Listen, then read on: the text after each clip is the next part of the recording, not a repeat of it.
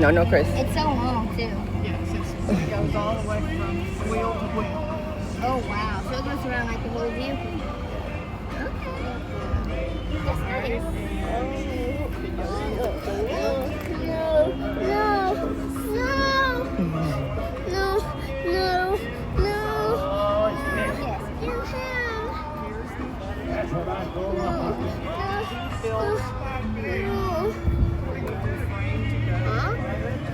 That's the frame. I guess it's for all the fashion people who think that they can put a camel back there. Right. And put it in the garage, and it's starting to disassemble all the way down to where it is just a frame. And he worked on the motor, and to make sure that the motor would run, he hooked up a gas can to it.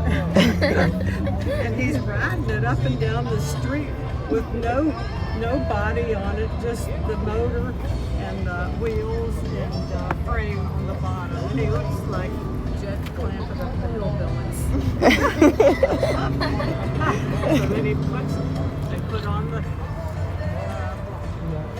pieces of the body and took it to a shop and had it painted white.